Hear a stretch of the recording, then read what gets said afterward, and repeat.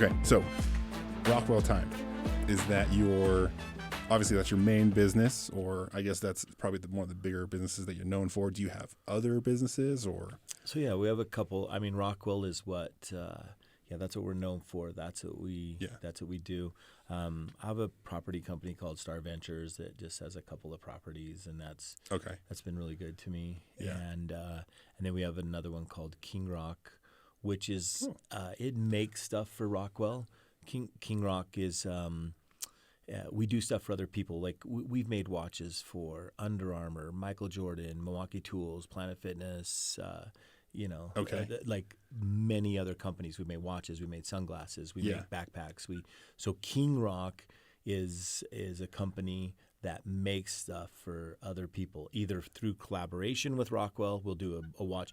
When we did Under Armour's watches, we did a collaboration where it was a Rockwell watch with Under Armour, a collaboration, and then we did watches that were just Under Armour. We've made watches for some other jewelry companies that are, $7,000 to $15,000 watches that Rockwell is not even on them. We make them completely for them. Holy cow. So through King Rock, we've done, we do hoodies and T-shirts, and we do everything for other people as well. And it makes some of Rockwell's apparel and gear, and backpacks, and. Okay, so Rockwell was first, and then King Rock came just from, like, you saw a need, and then you filled it with King Rock kind of deal? Yeah, or? yeah. Well, I never want to be someone that did, with Rockwell, with the watches, we made custom watches for people. And we wanted to be what we called a high-end gifting solution. I wanted to make their watches and things that were nice, belts and watches, and things that had a value to it. People kept asking us, can you make us the pens and the mugs? And I'm like, I don't want to do that. I didn't have a passion for it. So we would say no. And then they would go somewhere else and make that, and then maybe come to us, or maybe those people would talk them into doing their watches. So we saw the need to offer something along with our high-end gifting solutions. Yeah. We had to offer something else. And so I didn't want it to come through Rockwell. So we used Rockwell's audience and platform. And then King Rock it's made. My daughter runs King Rock. And she's actually good friends with Heaven and Bo. Yeah. Her name's Ariel. But, and so she'll do T-shirts and mugs and bath bombs and meat if you can put a logo on it, she'll figure out how to do it. Yeah. So that's another one that we have. Okay. Tell me sort of the offers that you've gotten for Rockwell, just to establish the value of the company itself. Yeah, I mean, it's a hard one for me because when you're not for sale and you're not building it to sell, I have no idea what it's worth. I've had different offers, but some of the offers are a little bit disingenuous because I believe people were trying to come in and just live the lifestyle that Rockwell affords, because we have a Supercross team and we work with people in different industries, and we have all the athletes, and we have we did a deal with Michael Jordan and made watches for Michael Jordan, and he invited us out to his races, and we did stuff with his team. So people that have a lot of money are willing to pay for access. That's what they're paying for. They don't want to pay for access. They want to pretend like we belong. And so I think some of the offers were quite buying. I don't know if they were as interested in our business as they were our connections. And so we've had some crazy, not crazy numbers, but we had a guy once offer us $20 million for a portion of the company, and not a large portion. Yeah. But we were not even close to worth that. Yeah. The most credible investor that came, I just tell people we're not for sale. No, we're not for sale. Yeah. But about a $12 million valuation is what a credible investor came in and offered us to buy into it. Okay. And that was years ago. Yeah. So it could be worth $5. It could be worth $100 million. Will you ever sell? Like, do you think there's going to come a point where you would sell, if it makes sense? Everyone always asks me my exit strategy, and I say die. So I don't think so, because I don't know what else I would do, and I just really like what we do. I have a different philosophy than I know your mission, the $1 million mission. Mine is way different. Okay, well, what is it? So, you know, I think I thought like you for a long time, and I think most people, and I see there's a lot of great people out there, and they hold these, you know, they hold these big speaking events and to pump people up, and they tell them to, you know, how to create wealth and how to get your dreams and everything else. And I learned a lesson a long time ago when I asked somebody that I really respected. I said, you know, what is your definition of success? And they said, you know, one of the reasons I started a watch company was what he told me. They had a lot of money, and they did a lot of things that I wanted to do. They said my definition of success was, and they listed it off in 3 things. They said, I want to have a $25,000 watch on my wrist. I want to have a $75,000 vehicle that I drive. And this was a long time ago, so these would be triple or quadruple the numbers. And I want to live in $1 million home. You know, that now is a 2-bedroom, 900 square feet. So, you know, that's 100 years old. But that was their definition of success, and they defined it, and they said, and I want to make $1 million a year. Yeah. You know, that was the thing. That was their definition. So I went off that because I respected them, and I thought, hey, those are great goals. You know. How old were you? Do you remember around this point? I was probably 24. Okay. 20. Yeah. So that was a long time. It was 30 years ago. You know, that was, so maybe even that's like a $5 million home and making, you know, doing a whole bunch of different things. So I thought of that, and then as time went on, I kind of flipped my thinking of why figure out what is it, you know, what did the $25,000 watch do for, well, now I'm a big advocate for that. I think everybody should have that goal. So, but what did the car, what did all of that have to do with anything? And so I started to figure out, you know, what makes me happy? What do I like? What are the things that I want to do? And so I kind of reverse engineered it. Making product and finding something I like through manufacturing, a lot of times people will say, oh, they'll reverse engineer it. They'll take something they like and they'll take it apart, and then they can make it again. Or how did somebody become successful? And they'll reverse engineer it and try to do what they did, you know, make the secret sauce. I thought, hey, I like to do this, and I like to do this, and this is what I like to do. How much does that cost? Yeah. And by nature, I am efficient, or some people say lazy. So I want the easiest way or the most efficient way to get what I want. Okay. I want the best way. And so once I figured out, hey, this makes me happier than this makes me happier than this, what's the easiest way to earn enough money? So I'm like, what do I have to do? For example, we have a Supercross race team, and I remember going to a race, and I remember people waiting in line to get autographs, and they were waiting, and I'm like, man, that's crazy. They're waiting in line to get another man's autograph, you know. Yeah. But the people that I went to the race with, they wanted to do this, and there was like that velvet rope, and you couldn't get behind that, and I'm like, man, I want to be back there. I want to go. And there were people walking the track, you know, before in a football stadium or a Major League Baseball stadium, you know, 65,000 people. And there are people down there walking on the track. And I'm like, how do you get to do that? And so I determined and figured out, well, you got to either have a race team or you pay a ton of money.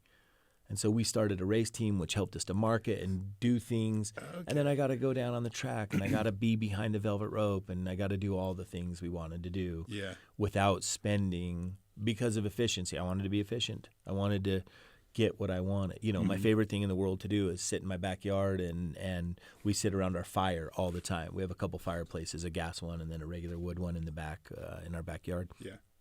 I like to sit around there with my family. It doesn't cost me anything, you know. So instead of saying, oh, I want to make $1 million, I would say, what do I really want? What are the things that I enjoy doing? I like traveling. And so we figured out, you know, all of our sunglasses. I really like Italy. Italy's one of my favorite places. Okay. And so we make 100% Italian sunglasses so that we can, you know, I was in Italy 2 weeks ago, and I love it. But I have to go there for work and business because that's where my factories are located. And so it's I've always tried to figure out, how can I get what I want? Yeah. And I, you know, we're a watch company. So to me, it's all about time. Like that's a motto, a saying. And so time has a value to it that money can't buy. You can't purchase time. You can't sell time. You can't. There's nothing that it can't be traded. It can't be. There's nothing you can do with time. Once it's like the 10 minutes we've had together, it's gone. Like whatever we gained from that, we have, and there's no going back. And so, with time, that's so much more valuable to me than money. Yeah. So the $1 million mission, to me, I'm more like the, 400-hour mission. How can I get 400 hours of my time back to do whatever I want? And if it happens to be something I love and it makes me money, great. Okay, I love it. So I do feel like I need to defend myself a little bit. No. I love. You can do things. Money's great. You can do things with money you can't do without it. It's an awesome goal. For me, it's not wanting to make $1 million so I have $1 million in the bank or anything like that. The big thing for me personally is I want to give myself options. I want to give myself and my family options. And, through my experience the last few years, I, at least at this point, determined that, okay, if I can make money, that will give me the options that I'm looking for. But it's interesting because what you're saying is, you've figured out how to create options where making money isn't necessarily the way that you can get what you want. Like, travel to Italy, you don't have to just make $1 million. Maybe you build a company that services, a big company in Italy, or like build a business in Italy or whatever like that. Have you always thought like that? Or No, I always before thought I want to make X amount of dollars. I want to have this amount of money to have options. Exactly. And then I started trying to figure out, man, what options do I really want? What options do I want to give my family? Like my family, they're Disney crazy. I'm not as big a fan of Disney as I used to be, but for about 15 years, we had annual passes to Disneyland, Disney World, Disney Hong Kong, and Disney Paris. Annual passes to all four? Annual passes to all four. Holy cow. We wanted, but I went to Hong Kong for business, and I wanted a place to go, familiar place when I was there. And Paris, we do a lot. Our watches, when we would go to Switzerland or we would go to the places for our watches and different things that we made, I'd always fly into Paris and we'd rent a car and we'd drive. I liked driving around or getting on the train or, my wife and I were in Disney Paris last week, or 2 weeks ago. We like it, and I tried to figure out a way to do those things and go to the places that we wanted to go to. So was there like a moment, like an epiphany moment where you're like, oh, I can just do this and I can get what I want? Or was it like a slow realization? I think it was close to reading a few things, or, I saw someone once say, if I have to fake smile, I'm not going.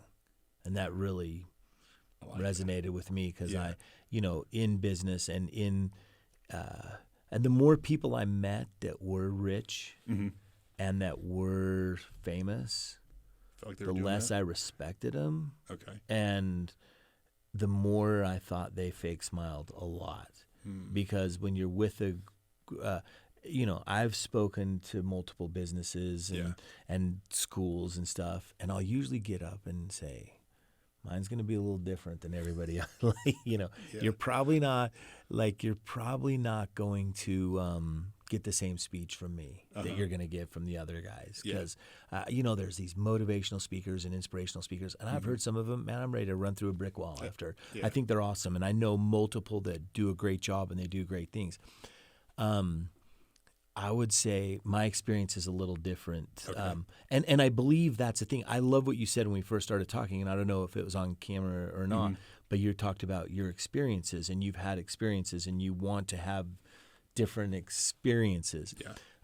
I consider when I speak of myself an experiential speaker, and I don't even know if that's a word. I might have been George Bush making it up, but experiences, and my experiences are different than your experiences. So what I like people to know is just a quick example. All the Rage are cold plunges. Yeah. Everybody's taking a cold shower in the morning for 5 minutes or jumping in an ice bath or doing that. Now, I remember when I wrestled here at BYU, we did a lot of, we'd go wrestling. from honks. Yeah, I'm not smart. I used to come to the father and sons camps here. You know, they're super fun, one of the most fun I've ever had. And they'd always say, will all the former BYU athletes stand up? And I would never stand up. And the people with me go, why aren't you standing up? I'm like, I was a wrestler. I wasn't an athlete. You know, there's a big difference between a wrestler and an athlete. You got my respect. So, tough. but we used to do the cold, hot, and there was a reason for it, and it helped out, and it did stuff. But everybody's doing the cold plunge. Everybody's doing it, and I just couldn't get the reason, you know, the why to do it. And so I kept talking to people, and they'd be like, you know, it makes me feel better. It does this. It does all these things. And I'm like, yeah, I don't know. I feel pretty good. I feel great. I don't know if I want to do that again. I don't know if I'm disciplined and dedicated to do that. Okay. And I tried a little bit, and I'm like, this is miserable. And so somebody that I respected, their experience, they said, look, I do the cold plunge because I know if I do the cold plunge, I can do hard things. I've done something hard that day, and I can do hard things the rest of the day. I'm like, that sounds pretty cool. My mom always told me you can do hard things. That was something my mom would always tell us. You can do hard things, you know. Yeah.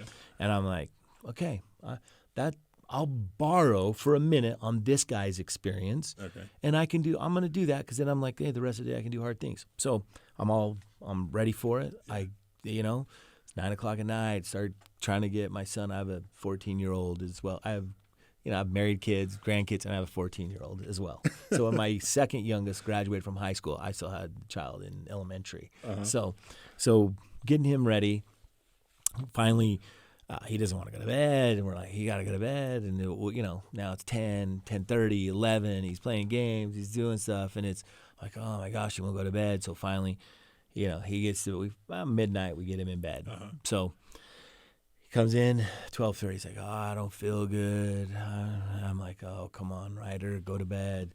He's like, no, I'm sick. I don't feel good. I'm like, oh, just go to bed. Now it's 1:00, and all of a sudden I hear that he's throwing up out there. And I'm like, oh, you got to be kidding. So I go out there, and he's throwing up, trying to clean up this. And then, 2:00, the dog's barking. There's a big mess right in the middle. I'm like, you kidding me? So I let the dog out. It's 2:30, and then go back and here again, and then Ryder throwing up again. I'm like, oh man, this is terrible. This is hard. This is difficult. And then 3:30 happens. I was like, do you hear that? And I'm like, what? I didn't hear anything. There's something outside. And I'm like, okay. Get up. So we gotta find my gun or what? Shoot the cat outside. Whatever it is, I don't know what it is, but I'm getting up. There's nothing out there, like a wind or something. Yeah, now my son's sick, and he's at the bottom of the bed. And I get up at 6:30, and I'm like, all right, time to do hard things. Time to get in this cold shower, and because I can do hard things. And literally at that moment, like you said, I had an epiphany. I'm like, I'm not an advocate for violence in many things, like unless you drive slow in the fast lane or whatever it is, but I called this guy, and I'm like, man, I want to meet you by the flagpole. I'm like, how great is your life that you have to manufacture hard stuff to do? Like, your life is so great that you have to that you have to get in a cold plunge and do hard things. Like, you're not married. You don't have kids. If your life isn't hard already, and hey, I love my kids and I love my wife, but your life, that makes it somewhat difficult. You obviously don't belong to any church if you don't think your life's hard.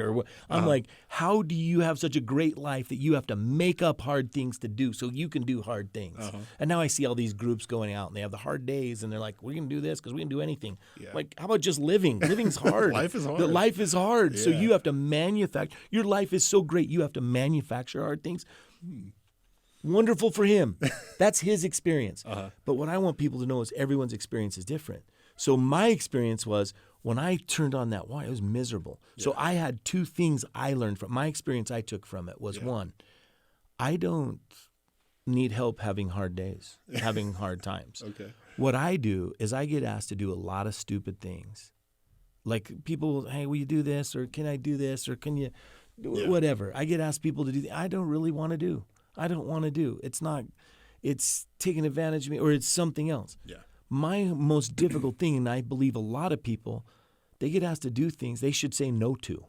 It's a stupid thing you should say no. So now I go turn the water to cold, and I'm like, nope. No. I say, that's stupid. Turn it to hot. And I jump in the Enjoy your shower. shower. And so every day when someone asks me to do something stupid, hey, will you do this? Or can you sell me this for this? Or like, no, that's stupid. No. I've already said no to one stupid thing. I can say no the rest of the day. Yeah. And then as I sit in there in the shower and it's hot and it's nice and I love it, I'm like, I am so grateful for hot water.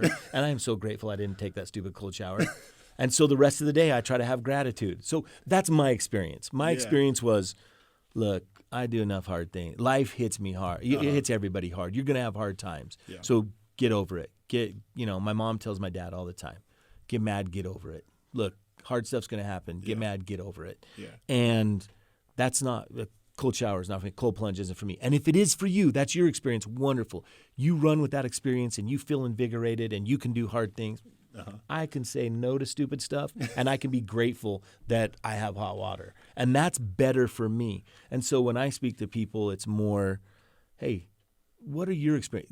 Take what you can from others' experience. Yeah.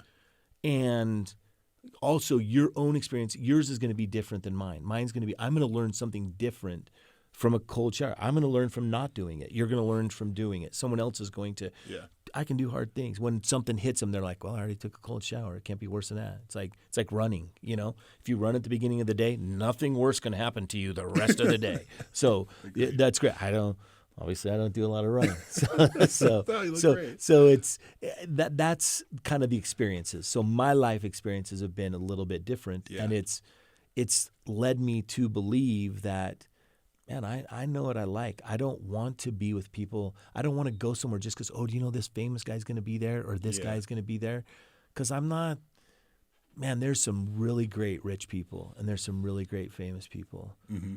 But in my experience, not a lot of them. I don't want to hang out with them. Yeah. I don't want to be where I don't want to pretend that I'm there, that, you know, that's the greatest people. So that's but that's my experience. Other people, man, they'll pay money to be with a room full of famous and rich people. Yeah. And to me, oh man, I'm fake smiling. So I don't want to go anywhere where I have to fake. I'd rather be around my fire in the backyard, roasting a marshmallow, hanging out, throwing, playing catch or hanging out.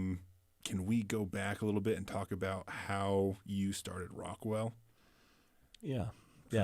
When I was here at BYU, I think it took me 10 years to graduate. I'm pretty sure. I started in 88, and I think I got my degree in 97 or 98. I went on a 2-year mission, but by time from my first semester to my last, I think it was about 10 years. Part of it was when I got done wrestling, the coach said, look, I want to hire you as an assistant, to help with some different things in the program. And then he came and said, I can pay you more as a student, or we can pay for your school. It was better for me to be a student assistant than just a regular part-time faculty at BYU. Okay. I don't know if you knew it or not. They don't pay wrestling coaches a lot. And the third one down on the chart, not much at all. Uh-huh. And so I said, okay. And so I looked at some where to change my major. I'd already changed it 4 or 5 times anyway. So I'm like, meh. And there was a degree called Youth Leadership and Recreation Management. Okay. Had a class called Campfire Songs. I'm like, that's for me. That's the class. That was the name of the class, yeah.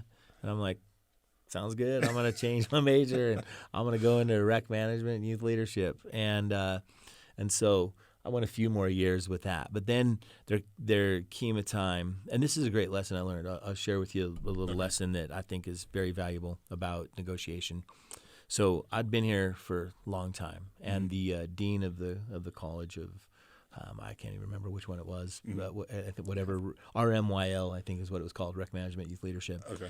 Came and said, "Hey man, you've been here a long time, like a long time, and it looks like you have another 2 years to go, and you have enough credits for a doctorate, but you gotta move along. We gotta do something." And I said, "Well, I still have a couple years left, or a year and a half left." And he said, "I noticed your little brother's graduating soon." I'm like, "Yeah, he's smarter than I, and he's more focused." And he said, I'm going to make you a deal. He said, you have, I can't remember how many classes were, and he listed them off. And he said, I look at all of your other classes you've taken, and it looks like I could say this one could count for this one could count for this one. And he goes, but here's the kicker. You take these classes, you'll get an A. You will get an A for sure. I mean, these are not this was not difficult. Yeah. These aren't difficult classes. But he said, I'm going to tell you what. I'll just switch. I'll say this is fulfilled. You can basically clip out of them. This one's fulfilled, but the best I can do for you is a C. I'm like, okay. And he goes, really? He's like, you're willing to, he said, let me teach you a lesson. And he said, you've been going to this school almost 10 years, and you didn't really learn how to negotiate. And I'm like, do tell? And he goes, you know what? I was willing to give you a B if you would have negotiated, and I would have given you. And I said, you know what? You've been teaching here for 42 years, and you don't know how to negotiate, because I'd have taken a D. And so I'm like, D equals degree. And so I was happy with the C. I graduated. I still have nightmares sometimes, though, that it's like they came and took my degree away because they're like, you didn't take all these classes. But yeah, so I learned to negotiate a little better. I learned to ask for more, but it was really good. Yeah. And I hope he learned to negotiate a little better too. But so through that, I graduated, so I became part-time faculty at BYU in the wrestling, and helped Mark Schultz coach, helped with the academic athletics center, which is funny because 2 years in a row we were the academic national champions in wrestling.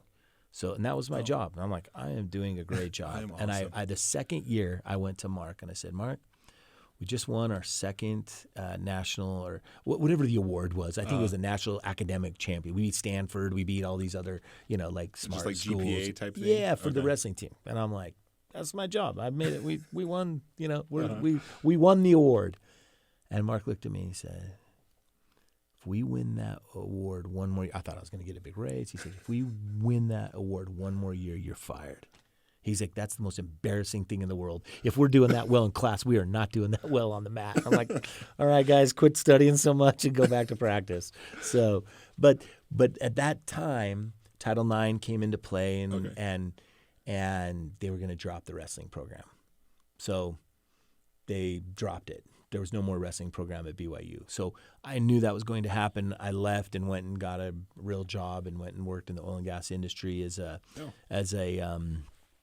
at the time, natural gas was before that it was regulated. So everything was done. If you owned a well, it got regulated by the government, and you had to buy from certain things. They deregulated it. So anybody that could sell and do stuff. And so we sat in an office and watched the NYMEX and watched Weather Channel to see where it was going, and traded natural gas. So it was basically minute trading natural gas, and just doing stuff and trying to figure it out and working with people. And you could take all of the pipelines became open access. So if you had a well putting natural gas in here, you could take it out anywhere on the pipeline and sell it to a bread maker or a thing. It opened it up, and it was an amazing. Business.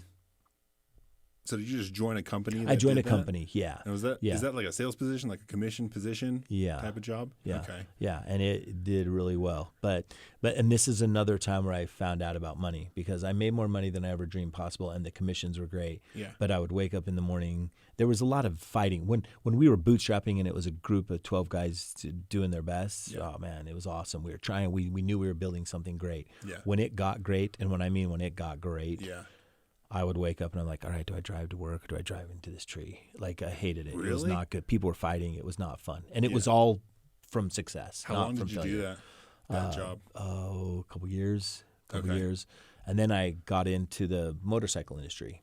Through that, we learned that most people in that industry, we'd go to Houston and Oklahoma and go to Enron, these huge companies. I don't know if you remember the big meltdown with Enron. Yeah.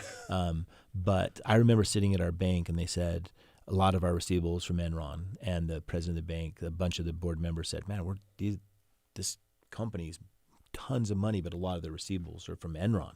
And the president of the bank said, the United States government will go out of business before Enron will.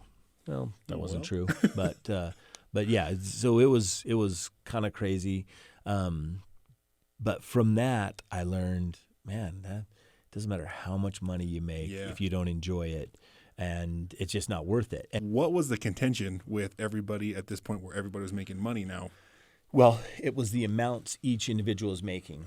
Okay. So people were not happy when you have $10,000 to split. Yeah. And the top dog gets 1,000, and down to the lowest guy gets 100. That's great. This guy deserves, $1,000. But what are you going to do? $100, you can buy a nice couple dinners. Okay. When you are splitting $1 million, and the top guy gets 150,000 a month, and the bottom guy gets 10,000, hey, or the guy's right above him that maybe you're smarter than, or you worked harder, or you did something. You're getting 10, they're getting 30 or 50. When it's 100, 300, 500, and 1,000. Nobody cares. You got $900 more. Is it just because the amounts are just close enough? That's it's not a big deal. But if someone's getting 10 and someone's getting 50, instead of being so grateful, they didn't take their warm shower. They weren't grateful. Like if you're getting 10, be happy you're getting 10. But someone else is getting 20. So it was kind of this jealousy, and it wrecked everything. And it just wasn't. There could be case studies on this business. Yeah. It's crazy the story. But what happened was, we took our clients out, and we decided to take them snowmobiling and four-wheeling and everyone else took them golfing. We wanted to differentiate. Yeah. So we'd take them extreme snowmobiling. That's so cool. We realized that, hey, we're renting these snowmobiles from places. Why don't we just buy our own, rent them back to the company so we have our own snowmobiles? Because once again, I love the snowmobile. Yeah. So what's the easiest, laziest way, the most efficient way to get a snowmobile? Rent it back. And so we got snowmobiles and four-wheelers.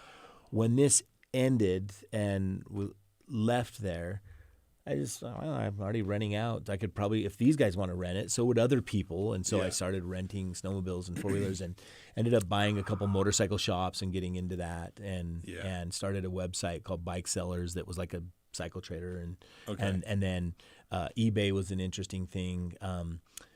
You know what eBay is, but I remember having my motorcycle shop, and a lady would come in and she'd go, my husband's making a bunch of money on Ebbie. And I'm like, oh, really? What's that? And she's like, he's selling stamps. He sold stamps. And he's like, man, he's selling these stamps on Ebbie, and he's making a ton of money.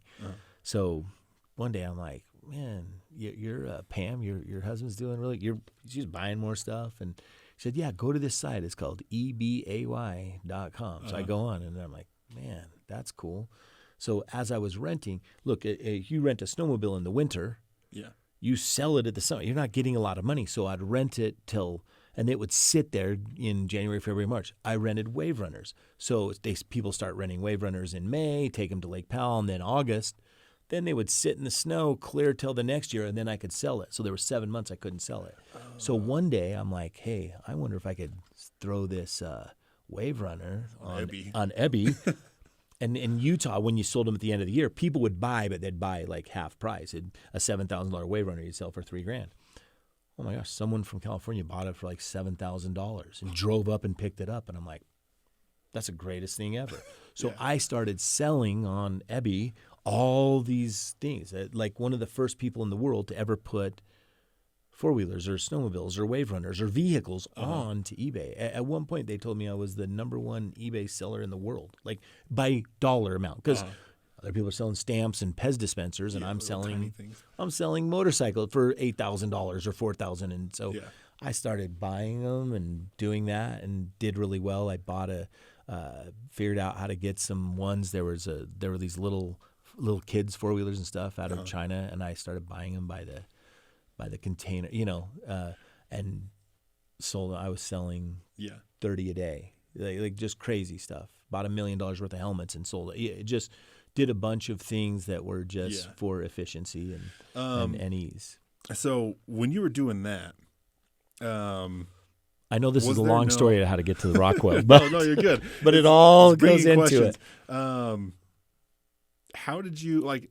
The average person, I don't think, is going to be like, oh yeah, I'm going to buy $1 million worth of helmets and then sell them. I Like, didn't start with $1 million. I started with just a few. Like I'd like, oh man, I could. Everyone wants helmets, and so I went and just said, hey, what's your leftover helmets like? And they're like, oh, we got 40 we can't sell. So I sold 40, and I would literally had a golf cart, and I'd have this kid that worked for me drive it out to. His name was Shane Spencer. He'd drive it out to the street, and it'd say, helmets, Okay. And it was, I'd buy them for like the closeout stuff, and then we'd sell it, and then I'd put them on eBay, and I'd do the stuff, and then so once I'd sold 100, I sold 1,000, and people started hearing, hey, this guy will buy our stuff, and so I went to all these places, and so I got to the point where. Most helmets were $100, or which meant the dealer bought it for $70 and sold it for $100. Yeah. And I started buying the closeouts at $50 and $40 and $30. But when I bought the $1 million worth of retail helmets, I paid about $5 a helmet for them, and I had a whole airplane hangar full. And so I'd sell them 2 for $100, and people would buy 10, 20, 30, 40 a day. Like, so I mean, it was just like a gradual growth. Of a little bit, like within a year. It happened pretty quickly, but so you didn't just overextend yourself by like, oh shoot, buy this giant lot. I put $300,000 on credit card. I had $300,000. Like no bank's loaning me money. Yeah. Like that was not a. Wait, so how would you do that? Like, how did you have enough confidence to put $300,000? I'll tell you a crazy story. Like these Casillas. These were the kids' four-wheelers I bought. I bought one to start with, and I'm like, man, these could sell on eBay. Yeah. And so I didn't have any money. I didn't I'd quit this other job, and I was doing this. So I called the company, Casilla, and said, hey, I'd like to buy. What's the most anyone's ever purchased from you? Because I'm a believer. Like everyone's like, you got to be a good salesman. Nah, you got to be a good buyer, I believe. If you can buy, I'm not a great salesman. I'm a good buyer because if you can buy right, you can sell on whatever. To sell not on price, you got to sell on all these other hard things, Yeah. But if you can buy things better, and so I asked them, "What's the most anyone's ever purchased from you?" And they're like, "Well, somebody bought 5 once." I'm like, "Okay, how much you give them to me if I buy 10?" And then they're like, "Oh man, 10, that's a huge amount of these little four-wheelers. People just aren't selling them because they'd put it in front of their little store and sell 1 a month or 2 a month. Yeah. I'm selling them. I'm eBay. I'm Ebbian. No one knows about it,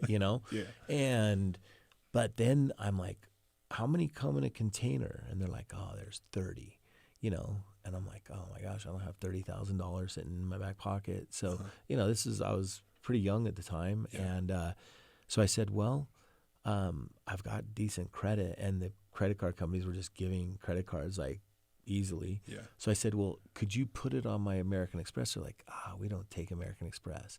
I said, well, what if you could? I would buy it. And they're like, well, we don't know how. So I said, look, what if I could help you get set up? So I called American Express and I said, hey, this is Rich from Casilla. I'd like to get an American Express account. And they're like, hey, we need this information. So then I call back Casilla and be like, this is Rich representing American Express. And they knew tons of Riches. They didn't know it was the guy trying to buy from them. And I'm like, I need this information. And so they give it to me, and then I call back American Express and say, all right, I have this information. What else do I need? Then I call back. So back and forth between the two, I got them set up to take American Express, and I started doing it. And then I was running 100,000 at a time on my American Express, getting tons of miles so I could go travel and do the stuff I wanted to. Plus, I was able to, I would wait till the day after the statement closed and then run the $100,000, which gave me, you have 30 days at least. So once the statement closes, so the day after the statement closes, I had 30 days till the statement closed again, and then another 30 days to pay. So you have 60 days of free money of 100,000, So I just had to make sure I would sell those before the 60 days were up.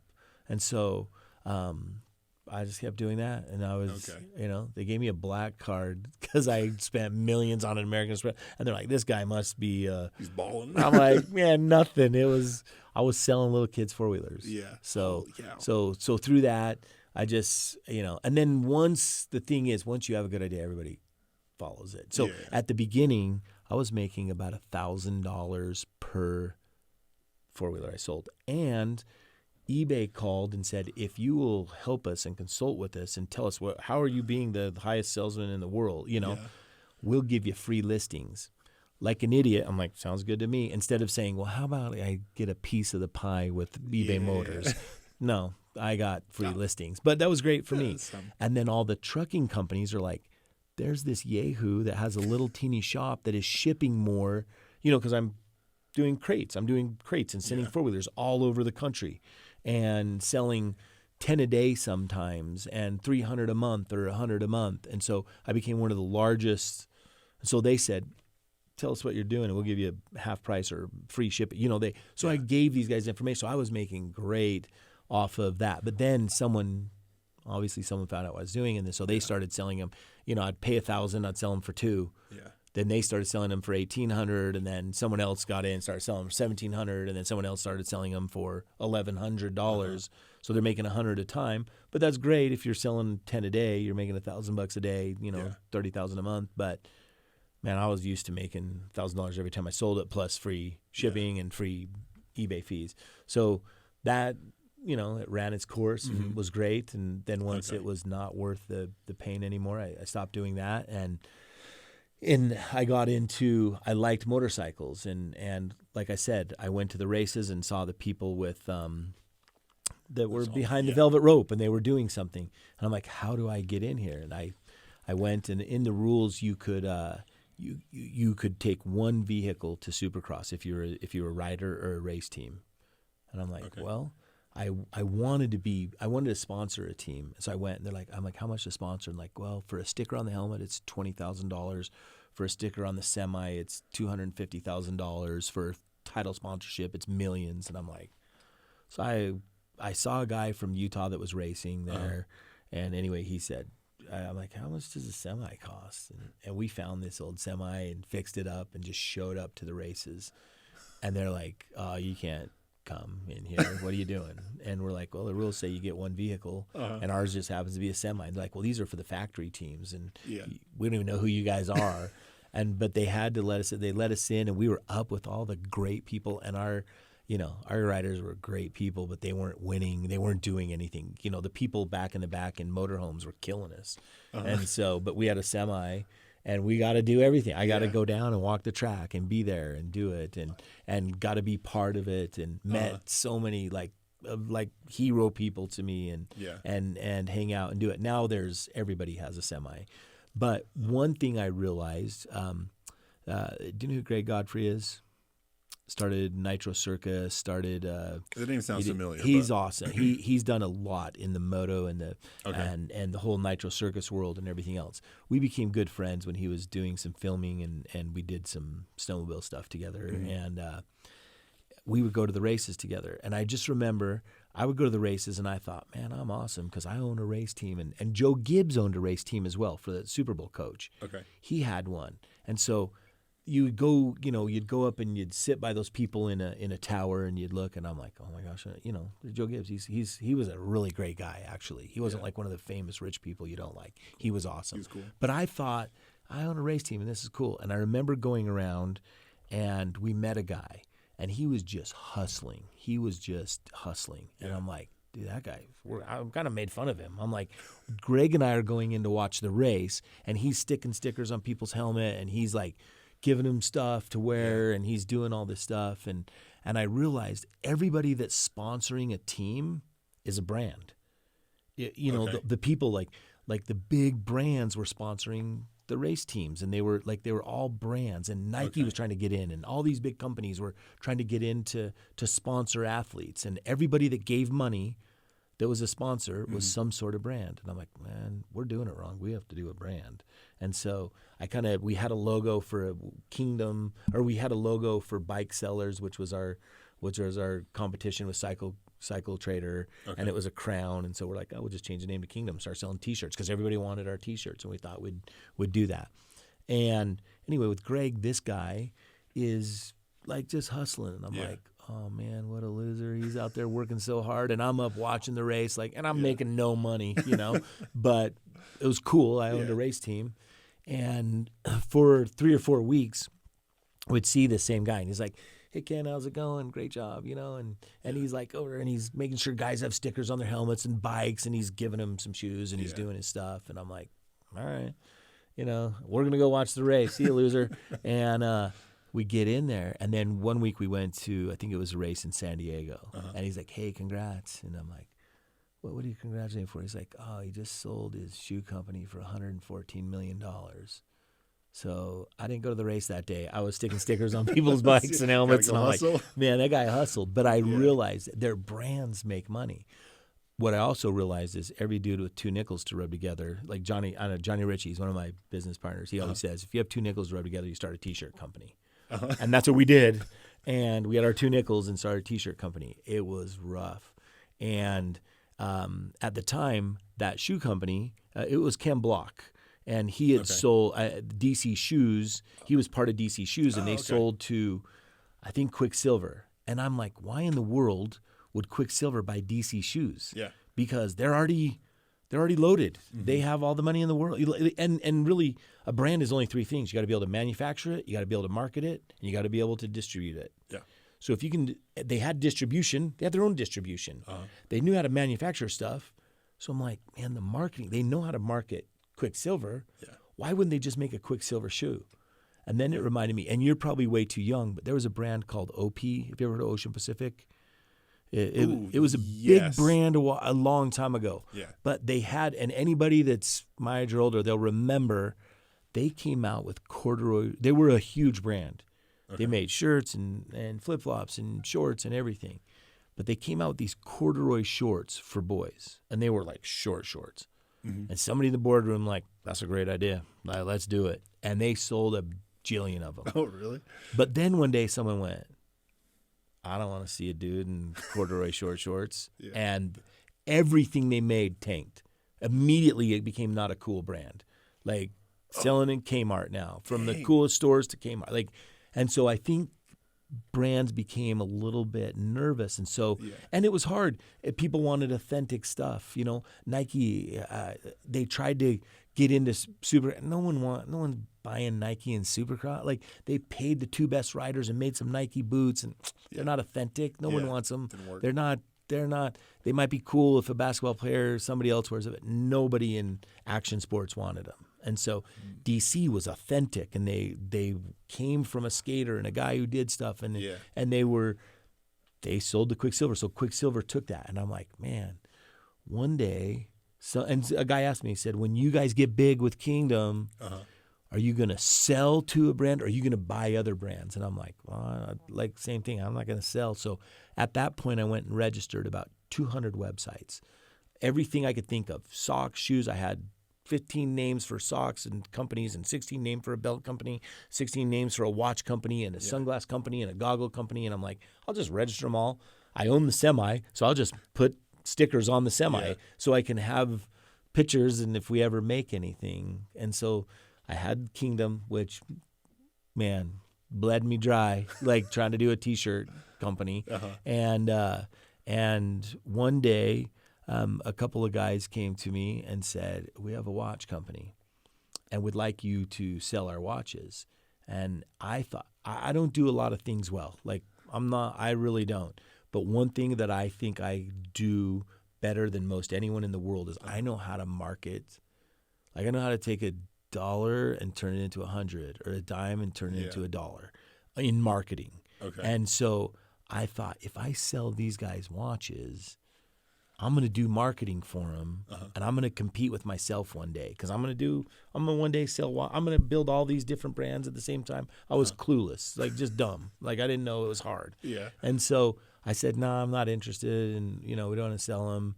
And they said, well, we really want some help. And so I said, well, if I got a piece of it. It was a really small. These guys are super small. Super beginning. Okay. So. And it was a dad and two brothers, and anyway, I said they offered me a piece of the pie, and I'm like, okay, that's the way I'll do it. Yeah. Worked together for a while. We had differences on the business and the business plan, and kind of got kicked out. Okay. And I'm like, man, that was really crappy, not fair. Yeah. Like, I didn't think it was fair. Well, the one guy was a pretty good watch guy, and the other dad and brother were very good at manufacturing and just excellent, great human beings. And so I'm like, man, they kind of kicked me out. I didn't feel fair about it. And I'm like, that's really weird because I thought they were, different. Yeah. Well, they called me the next day and said, hey, we don't feel good about the way that went down. We think your ideas are terrible. Basically the watch guy thought whatever my business plan was not going to work. Yeah. Said, but you can go out of business on your own if you'd like. But we're going to do our own thing. But we feel bad that we kicked you out and you had ownership. So you make your own, go do your own thing. Do your own watch company. Okay. We'll help you to make watches, and you continue to help us to market. Okay. I'm like, oh, that's great. Yeah. And so that's what I did. So I went home. I told my wife, I'm like, hey, we're gonna start this watch company, and I needed a name for it. And I had pretty specific things I wanted to name. I wanted the logo to be able to be in the name instead of everyone's at first letter, or they have a logo outside of it. I'm like, I want our logo to be in it. I want it to be 2 syllables. I want it to have a hard K sound. Those were all things that I was very specific that I wanted. And my wife said something. My oldest son was causing some trouble or something. She's like, Rockwell. And I'm like, and then my wife said, man, Rockwell fits all of your categories. Yeah. It's got a hard K sound. It's 2 syllables. It's even 4 and 4 letters. So, okay. So I went back and said, okay, I'm going to call mine Rockwell. And so started it. And within 6 months, both companies were under my umbrella, the old one and the new one. Yeah. And so we absorbed the first company and shut it down, and then went 100% ahead with Rockwell. So that's how we started Rockwell. Okay. Was it always like high-end watches? At first, it was all high-end. We didn't do digital until 5 to 10 years after. Maybe 5 years after. And their Rider, that's my youngest son. And so all of our digital watches are called Rider. But at first, it was all like metal and different watches. And then we got into sunglasses, and we did, now we have bags. So, I mean, we've always had the apparel part, but sunglasses and watches are our 2 main things that we deal with. And we have everything. This is our first, this is a dive watch with an American-made movement, one of the only companies in the world that make a watch with an American-made movement. It goes 20 bar. It's like a crazy, it's I don't know a thing about watches. Yeah. I mean, it's crazy. This is it's not super expensive, but it's, just under $10,000, which to me is, I think it's great, but I think it's crazy. But like I normally wear a $130 digital Rider, Coliseum watch. That's my go-to. And we have some $25,000, $30,000 watches, some $5,000, but my favorite ones to wear, I wear every day, are $130 Coliseum. Okay. That's what we do. But that's how we started it. That's how it. What year did you start? Rockwell? 2007. 2007. Okay. Excuse me. So the dad and the brothers, they were doing high-end watches, like that was their business plan. They started 100, 200, 300, not super high-end. But then we had a big one called a 50 round that was 800 or 600 or something. So. How did you know that you could move into like really high-end, like expensive watches? There like, do you just do it, or like? Look, I probably better tell this story that you've probably heard in other podcasts. I'll make it much shorter. But when I wrestled at BYU, Mark Schultz was my coach, who I think is one of the toughest men to ever walk the face of the earth. And I remember him. I used to think he didn't like me that much because he was brutal, and he would always. We wrestled Wyoming once. I got home from a mission, and I said I had been home a week. Season's already started, and I showed up to practice right after I got home. I got home December 21st. I went right down to school because it started January 1st. During the Christmas break, I showed up and went to wrestling practice like 6 days after I got home from there. And I said, I want to, wrestling's the greatest sport in the world that you can, you're good, you're bad, you're bad. The coach doesn't really say anything. It's if you win, you win. So I said, hey, I like to wrestle off. And he's like, that guy's going to murder you, And I'm like, what weight? And I said, well, I'm probably a 177-pounder. He says, okay, that guy's really good, but go for it. His guy's name was, I think, Rick Evans, and he had just beat the returning national champion. He was great. I didn't beat him. I've been home 5 days. Yeah. So I said, okay, the next day, I'm like, I want to wrestle off our 167-pounder. He's like, you're never going to make 167, but try it. He beat me. And then I go, the next day, I said, I want to wrestle off the 190-pounder. And he's like, all right, that guy beat me. And so the next day I go, hey, I want to wrestle off your heavyweight. And he goes, you want to wrestle off one day the guy, the 167-pounder, and the next guy I weighed is 275. I'm like, yeah, give me. What the heck? And I beat him. Yes. So I became our varsity heavyweight. And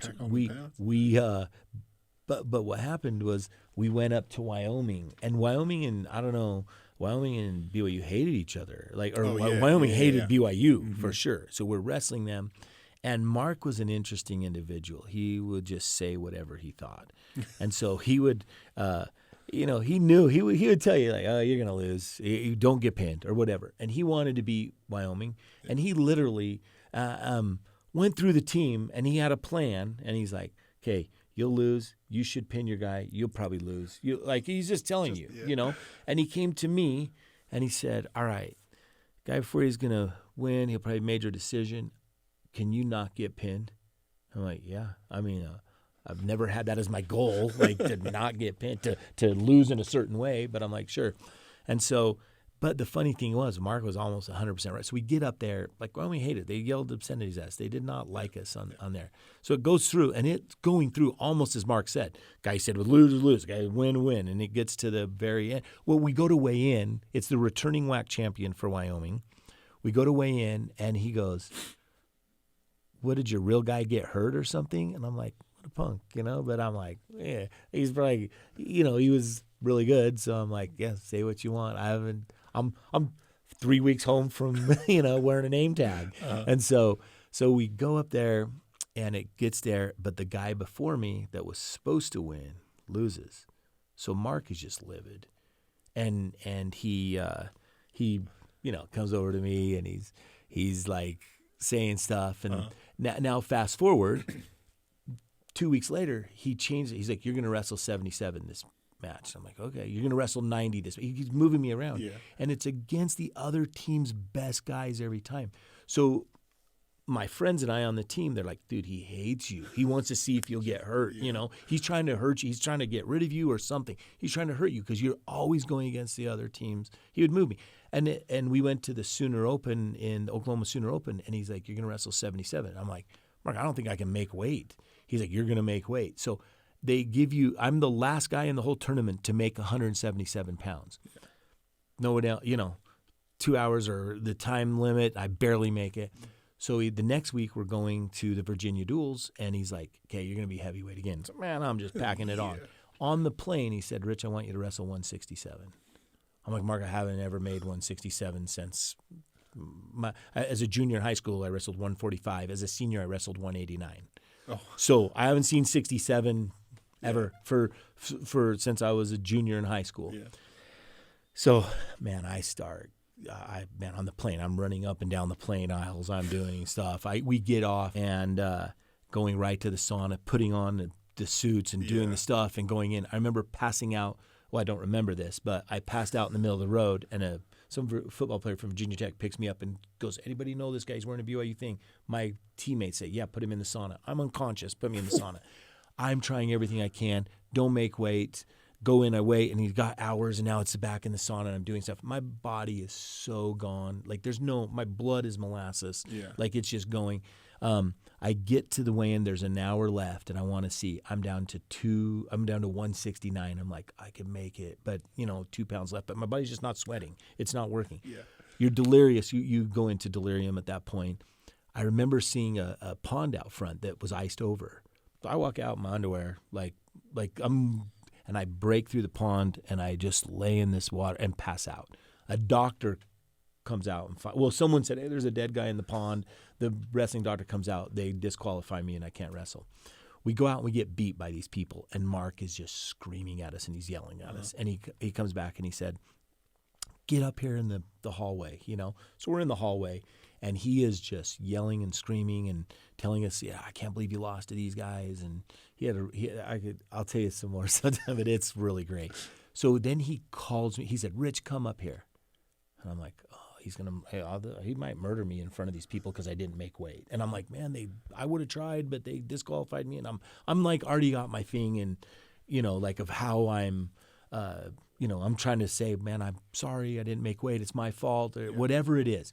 And he goes, I'm going to tell you. And so the guys on the team are like, kind of like, oh man, he's going to get murdered. And he goes, let me tell you something. This is my favorite guy on the team. And I'm like, so now I'm giving him the look like, yeah, I'm the favorite. This is it, guys.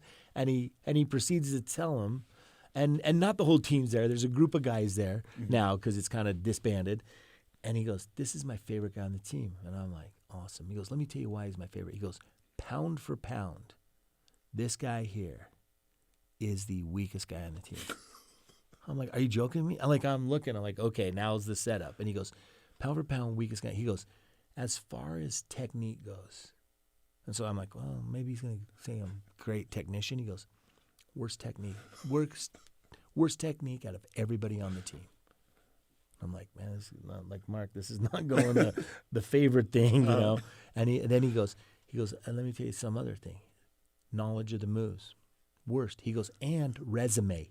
He goes, every person here is a state champion but him. He has the worst resume on the team. I'm like, okay, really all right. Now. And he goes, but let me tell you why he's my favorite. And he goes, this is the dumbest guy on the team. And I'm like, there's no way. I know. I could name names right now. But I'm like, I am not the dumbest guy on the team. But he's like, later he said, you know, of all the varsity guys there. So that made it a little easier than the guys back at home. But he's like, he is the dumbest guy on the team. He's like, let me tell you. He goes, when we wrestled Wyoming, I had it picked. And I said, I went up to him, and after the guy before me lost, I said, I didn't even know what to say. I just went out. He goes, I didn't care if he got pinned. I didn't care. He'd already told me he wouldn't get pinned. I didn't care anymore. We're going to lose either way. Go get pinned and let's get it on the bus and go home.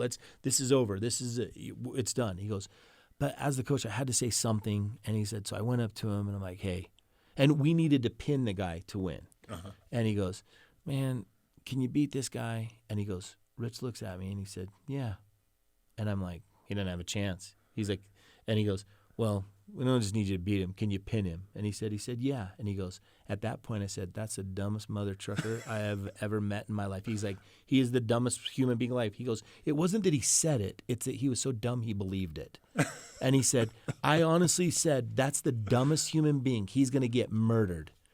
And I'm like, man, this is the weirdest compliment I've ever been given. But he said, if you remember, in the match, I went out and the guy's beating the tar out of me, and I ended up pinning him. And we beat Wyoming. And he said, so at that point, you guys are all smart here.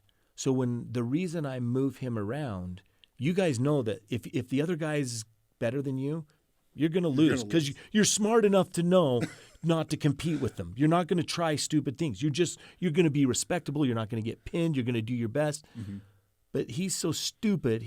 And I didn't win them all. Look, I did not win of the majority of these ones. Half the time I thought, man, I'm so glad I didn't get murdered. Yeah. But every time I'd say, Rich, can you beat this guy? And he'd say, yeah. And he's like, he's so stupid, he's so dumb that he thought he could win. And so that was probably one of the things that changed my life forever. Is smart people don't succeed. I don't think. You'd never start a business. Look, you're smart. Why in the world would you think you can make, you know how many people make $1 million a year?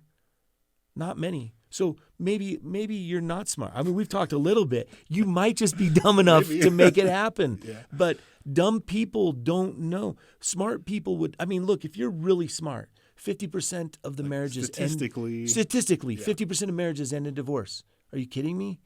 Why would you even get married and bring kids in? And then if you get divorced once, 78% of second marriages do. Why would you do that? why would you belong to a church? Like, Yeah. like why would you believe stories and stuff if you're really smart? Mm-hmm. Smart people don't. They're not going to start a business because statistics say it's going to fail. They're not going to take the risk. They're not going to do the thing. So dumb people, like I'm so blessed that I'm dumb because why not? What's the difference of, you wouldn't do it if you were smart, but if you're dumb enough to give it a shot, that's the thing. You want to make $1 million a year? Gotta be dumb. You gotta be dumb. You gotta be dumb enough to do the things or believe the things that you can do that. Yeah. And so, that's Holy cow. that's kind of why I'm just dumb enough to keep. So this watch is like, someone's gonna pay this. Yeah. This Or watch. we made it, and people say you can't mix digital and analog and automatic, and we're just like, well, we like this. We do. We're gonna do it. We're gonna do it, and it kind of works. It worked out. Yeah, it's working out for us. That's so. awesome, dude. We are out of time. I want to respect your time. There are so many other things that I'd love to ask you and stuff, but I think it's good to end right there. Yeah, I'll tell you one thing. This is something that I think our motto, we have a slogan like "Live Unrivaled" and all of that stuff. But this is something I believe 1,000% is in our company. We talk about leave them better, like leave them better. So no matter who you're dealing with, I think the key to success, to me, what success is now is if you can leave them better. If it's the guy at the McDonald's drive-thru and he has an interaction or she has an interaction with you, if you can leave them a little bit better, if it's the governor, the president, the attorney general, whoever it is, if you can have an interaction with them and leave them better, that's what we try to do at Rockwell. Like that's a mantra for like our lives is like leave them better. Like if you can leave them better than they were when you went with them. If our interaction together, if you're a little better, if I'm a little better, if you can leave someone a little better, I think that is the number one thing. And the other night, I woke up in the middle of the night, wrote this down at 3:30, and it was, man, when you leave them better, you leave them better. So if I can leave you better, I'm leaving better. So, and it also goes the inverse. If I can leave you happier, leave them happier, I'm leaving them. I'm leaving you happier. Yeah. But if I leave you worse, I'm leaving you worse. If I take advantage of you, if I leave you in any way, however you leave people that way. So if you can, that's kind of the whole, when you talk about success or the $1 million or whatever, if I have an interaction with my child, my wife, my mom, my dad, my new friend, whoever it is, if you can leave them better, if it's the janitor, if it's the president, if it's a CEO, even the rich, famous people that I don't always love, if you can leave them a little bit better, you generally leave them better yourself. So, and you've been successful. Yeah, I think that's the. Yeah, well, I think you've done that. This has been really awesome. Yeah, thanks for the opportunity. I do appreciate it. Sorry I talk so much. No, this is fantastic. Thanks. So, I appreciate it. Okay, thank you.